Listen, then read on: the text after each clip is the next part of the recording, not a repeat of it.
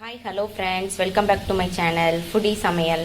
So இன்றைக்கி நம்ம கிச்சனில் என்ன பார்க்க போகிறோன்னு பார்த்தீங்கன்னா, ஈஸியாக செய்யக்கூடிய ரொம்ப சிம்பிளாக செஞ்சு முடிச்சிடலாம். ஸோ வந்து ஈஸியான chicken biryani. So chicken biryani எப்படி செய்யலான்னு பார்க்கலாம். ஸோ இன்றைக்கி பார்த்தீங்கன்னா நான் வந்து ஒரு பெரிய வெங்காயத்தை வந்து நான் குட்டி குட்டியாக சாப் பண்ணி வச்சுருக்கேன். அப்புறம் 2லேருந்து 3 பச்சை மிளகா, ஒரு தக்காளி, அப்புறம் இஞ்சி பூண்டு பேஸ்ட் ஸோ வச்சுருக்கேன். ஸோ நான் 1 by 1 குக்கரில் போடுறப்ப நான் உங்களுக்கு காட்டுறேன். ஸோ இன்றைக்கி நம்ம வந்து ப்ரெஷர் குக்கரில் பண்ண போகிறோம். ஸோ எப்படி செய்யலான்னு பார்க்கலாம் வாங்க. பார்த்தீங்கன்னா குக்கர் வச்சாச்சு.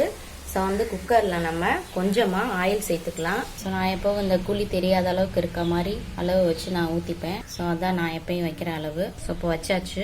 ஸோ வச்சுட்டு இப்போ நம்ம வச்சுருக்க பிரியாணி இலை, ஸோ அது ஃபஸ்ட்டு ஆட் பண்ணிடலாம். ஸோ ஒரு கையில் கேமரா பிடிச்சிட்டு பண்ணுறதுனால கொஞ்சம் கஷ்டமாக இருக்குது. ஸோ இந்த மாதிரி வந்து பிச்சு பிச்சு சேர்த்துக்காங்க.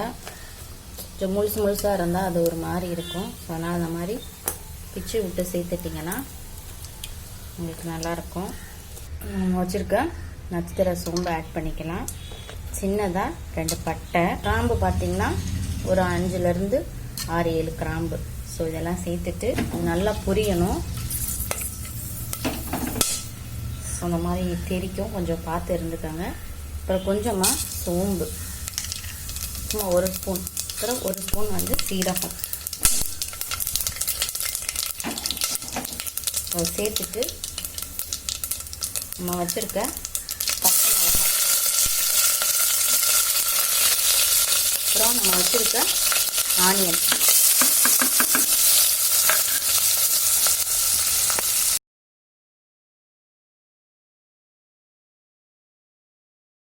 அப்புறம் பார்த்தீங்கன்னா 2 ஏலக்காய் போட மறந்துட்டேன். ஸோ 2 ஏலக்காய்.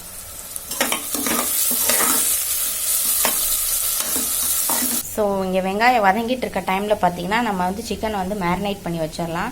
ஸோ இதில் என்னென்ன போட்டுக்கேன்னு பார்த்தீங்கன்னா, கொஞ்சமாக தயிர், மிளகாத்தூள், மல்லித்தூள், அப்புறம் பார்த்தீங்கன்னா கொஞ்சமாக மஞ்சத்தூள் போட்டிருக்கேன். அப்புறம் கரம் மசாலா பவுடர் கொஞ்சம், அப்புறம் பார்த்தீங்கன்னா பெப்பர் பவுடர் கொஞ்சம், அப்புறம் வந்து சீரக பவுடர் கொஞ்சம் போட்டு சால்ட்டு கொஞ்சம் போட்டிருக்கேன். ஸோ அது எல்லாத்தையும் நல்லா மிக்ஸ் பண்ணிக்கலாம். பார்த்தீங்கன்னா வெங்காயம் நல்லா வதங்கிடுச்சு. ஸோ அந்த டைமில் நம்ம வச்சுருக்க இஞ்சி பூண்டு பேஸ்ட்டு, டொமேட்டோ வந்து ஆட் பண்ணிடலாம்.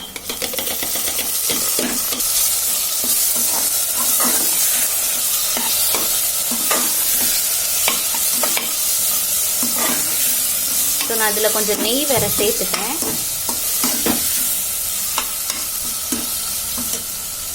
ஸோ இந்த இது நல்லா வதங்கட்டும். அதுக்கிடையில் நம்ம இதை வந்து நல்லா மிக்ஸ் பண்ணிக்கலாம். ஸோ பார்த்தீங்கன்னா இந்த மாதிரி மேரினேட் பண்ணி வச்சிடணும். ஸோ அது வந்து வதங்குற அளவு வந்து இது கொஞ்சம் ஊறிடுச்சுன்னா போதும், ரொம்ப நேரம் ஊறணும்னு இல்லை. ஸோ நல்லா வதங்கிடுச்சு. இந்த டைமில் நம்ம வச்சுருக்க மல்லி புதினா, ஸோ அது வந்து நம்ம கொஞ்சம் இதில் ஆட் பண்ணிடலாம். ஸோ அந்த டைமில் நம்ம மேரினேட் பண்ணி வச்சுருக்க சிக்கனையும் நம்ம இதோட வந்து ஆட் பண்ணிடலாம்.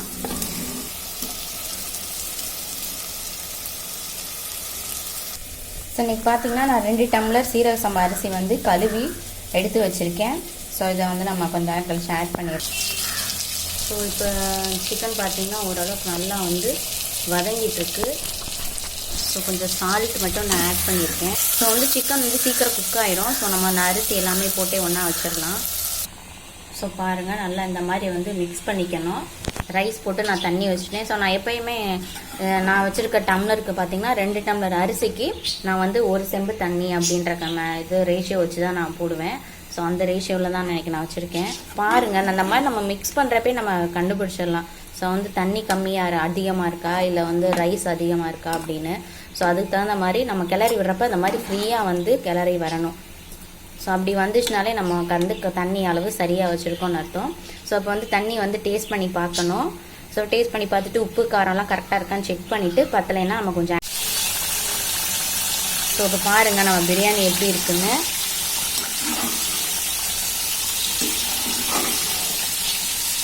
ஃப்ளேவர் சூப்பராக இருக்குது. கொஞ்சம் சால்ட்டு கம்மியாக இருந்தது. ஸோ அதனால் கொஞ்சம் சால்ட் மட்டும் போட்டிருக்கேன். போட்டுட்டு இப்போ நம்ம என்ன பண்ணோம், மேக்ஸிமம் நம்ம எல்லாருமே பண்ணுற மிஸ்டேக், ஏன் நான் கூடயே பண்ணியிருக்கேன் நிறையா தடவை, எனக்கே வந்து பிரியாணி வந்து கொஞ்சம் லைட்டாக அடிப்பிடிச்சிரும்.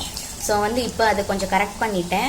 ஸோ என்னென்னு பார்த்தீங்கன்னா வந்து நான் இப்போ இந்த மாதிரி கொதிக்கிற டைமில் நல்லா கிளறி விட்டுட்டு குக்கர் மூடி போட்டு விசில் போட்டு மூடி விட்டுருவேன். மூடி வச்சுட்டு என்ன பண்ணுவேன்னா சிம்மில் வச்சுருவேன். ஸோ எவ்வளோக்கு எவ்வளோ நீங்கள் வந்து அடுப்பை வந்து சிம்மில் வைக்கிறீங்களோ ஸோ அவ்வளோக்கு அவ்வளோ நல்லது. சிம்மில் வச்சு ஒரு 10 மினிட்ஸ் இருந்தால் போதும். நம்ம விசில் வரணும் அப்படின்னு நம்ம வந்து பார்க்கணுன்ற அவசியமே இல்லை. ஒரு 10 மினிட்ஸ் அந்த தம்லேயே இருந்தால் போதும். நம்ம அந்த பிரியாணி வந்து சூப்பராக ரெடி ஆயிடும், அடி பிடிக்காமே வரும். அதே மாதிரி கொஞ்சம் நாளாக நெய் வந்து நிறையா போட்டுக்கோங்க. ஸோ பாருங்கள் எவ்வளோ ஆயிலியாக மேலே தெரியுதுன்னு. ஸோ இது எல்லாமே நெய் தான் நான் போட்டிருக்கேன்.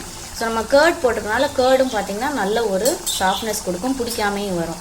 ஸோ அதை மூடி வச்சுட்டு நான் பிரியாணி ரெடி ஆனதுக்கப்புறம் எப்படின்னு காட்டுறேன். ஸோ பார்த்திங்கன்னா இந்த மாதிரி லோ ஃப்ளேமில் வச்சு நான் வந்து மூடி போட்டு வெயிட் போட்டு வச்சுட்டேன். ஸோ இது மாதிரி நம்ம ஒரு 10 மினிட்ஸ் வந்து இது இருக்கட்டும். ஸோ இப்போ பிரியாணி பார்த்திங்கன்னா நல்லா வந்து ப்ரெஷர் வந்து ஃபுல்லாக வந்து ரிலீஸ் ஆகிடுச்சு. ஸோ இப்போ நம்ம வந்து ஓப்பன் பண்ணி பார்த்துடலாம். ஸோ நான் கரெக்டாக 10 மினிட்ஸ் தான் வச்சுருந்தேன். ஸோ பாருங்கள் எப்படி இருக்குன்னு, சூப்பராக வந்திருக்கு. ஸோ எல்லாத்தையும் நம்ம மிக்ஸ் பண்ணி பார்த்துடலாம். பாருங்கள் எப்படி ஒன்றோட ஒன்று ஒட்டாமல் வந்திருக்குன்னு பாருங்கள்.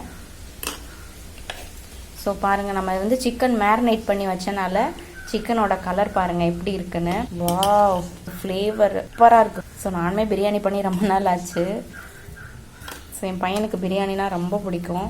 ஸோ அதனால் இப்போ நான் நிறைய வெஜிடபிள்ஸில் தான் பண்ணிகிட்டு இருந்தேன். ஸோ நான்வெஜ்ஜில் ரொம்ப நாளுக்கு அப்புறம் இப்போ தான் பண்ணியிருக்கேன். ஸோ நல்லா அடியிலேருந்து கிளறி விடுறேன் பாருங்கள்.